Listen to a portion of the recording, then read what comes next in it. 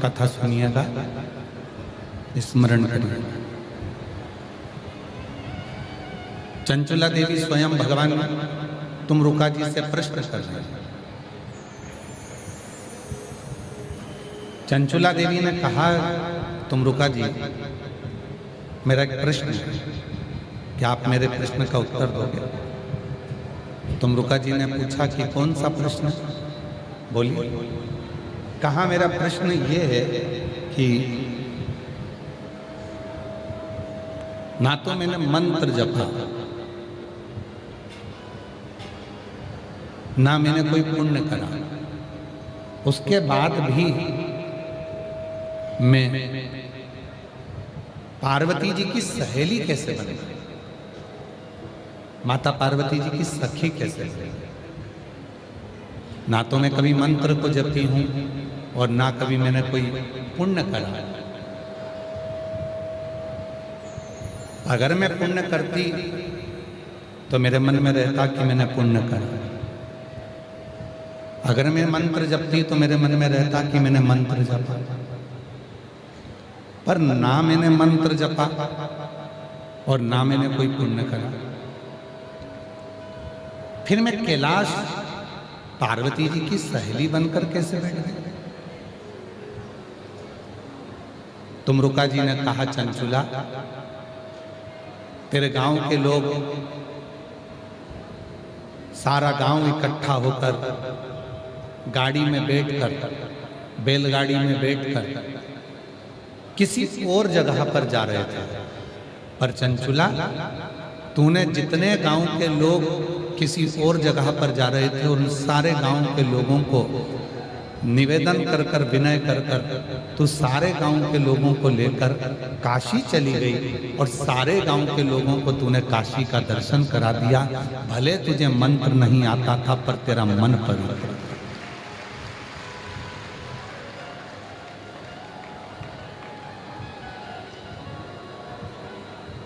मंत्र भले नहीं आया,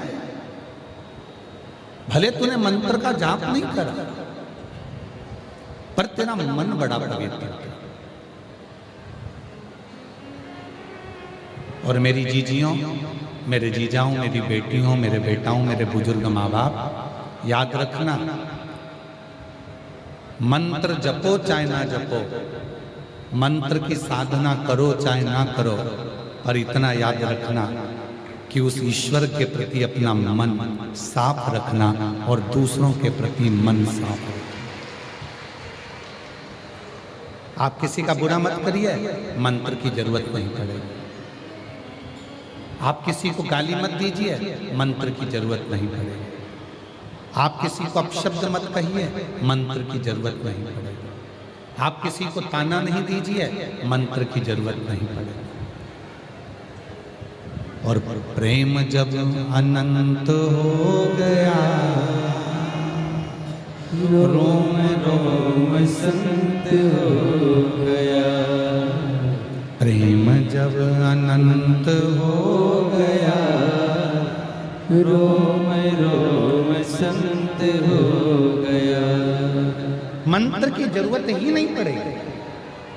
जब मन पवित्र है, मन साफ है और उस मन से आप ईश्वर को अपने भीतर उतारे हो, उस मन से आप परमात्मा को अपने भीतर उतारे हो, तो फिर आपको भटकना नहीं पड़ेगा। चंचुला प्रश्न कर रही हैं कि मैंने ना तो मंत्र जपा, ना मैंने कोई पुण्य करा, फिर मुझे कैलाश का वास, फिर मुझे माँ जगतजननी पार्वती की सहेली बनने का सौभाग्य, और मैंने कोई पुण्य नहीं करा, उसके बाद भी मेरे पास में ये आनंद की एक फल प्राप्त हुआ। कोई पुण्य हमने अपनी जिंदगी में नहीं करा, पर कोई पुण्य अपने जीवन का होता है जो हमको शरणागति की ओर लेकर जाता है। कोई पुण्य।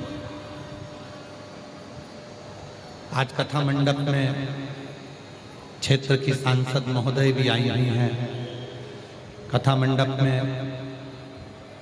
आज विधायक महोदय भी आए हुए हैं, सांसद महोदय भी आए हुए हैं। कथा मंडप में संत भी आए हैं, साधु भी आए हैं, तपस्वी भी आए हैं, और संपूर्ण क्षेत्रवासी इस कथा को श्रवण कर रहे हैं। कभी विचार करिएगा कि मेरे भोले बाबा ने यदि आपको इस आरणी की कथा में, इस पंडाल में बिठाकर शिव महापुराण की कथा को यदि श्रवण कराया है, तो कुछ ना कुछ तुम्हारे मन में कहीं ना कहीं ये पक्का है कि मेरा महादेव विराजमान है, इसलिए शिव जी तुमको बुलाकर यह कथा का विस्तार कर देते हैं।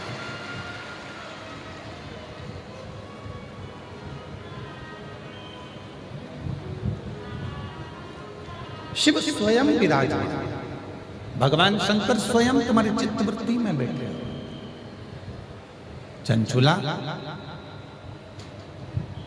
तूने मंत्र का जाप नहीं किया।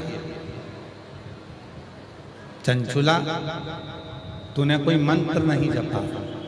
चंचुला, तूने कोई पुण्य नहीं किया। पर चंचुला, तेरा मन साफ था। पूरे गांव के लोगों को लेकर तू शिव की शरणागति में चली। आप में से कई माताएं बैठी हैं, कई मेरी जीजियां बैठी हैं, कई मेरे जीजा बैठे हैं, कई मेरी बेटियां बैठी हैं, कई मेरे बेटा बैठे हैं, कई बुजुर्ग माँ बाप ऐसे बैठे हुए हैं जो कई बार घर के लोग पूछते हैं, मम्मा आपका कहीं जाने का मन है क्या, मैं तुमको लेकर चलता हूं। पति ने पत्नी से पूछा, तुम्हारा कहीं चलने का मन है क्या, मैं तुम्हें लेकर चलता हूं। बहन ने भाई से पूछा, भाई बहन से पूछा, तुम्हारा कहीं चलने का मन है क्या, मैं तुम्हें लेकर चलता हूं। इतने में हो सकता है आप में से कई माताएं ऐसी हैं, कई जीजियां ऐसी हैं, कई जीजा ऐसे हैं, कई बेटियां ऐसी हैं, कई बुजुर्ग ऐसे हैं जिनके मुख से निकल जाता है कि मुझे तू सीहोर कुबरेश्वर धाम ले चल, मुझे तू उज्जैन ले चल, मुझे काशी ले चल, मुझे शिव महापुराण की कथा में ले चल, मुझे रेणुका माता के चरणों में ले चल, मुझे सिद्धेश्वर बाबा के मंदिर ले चल, मुझे केदारेश्वर बाबा के मंदिर ले चल। ये भीतर की एक प्रभु से मिलन की एक आस जुड़ी।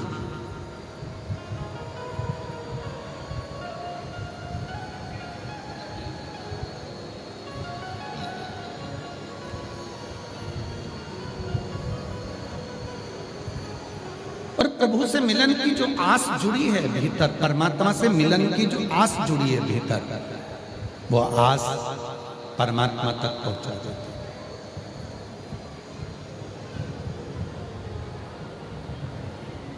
रामचरितमानस सबने सुनी है, जम के तो बोलो। रामायण सबने सुनी है ना, ठीक है।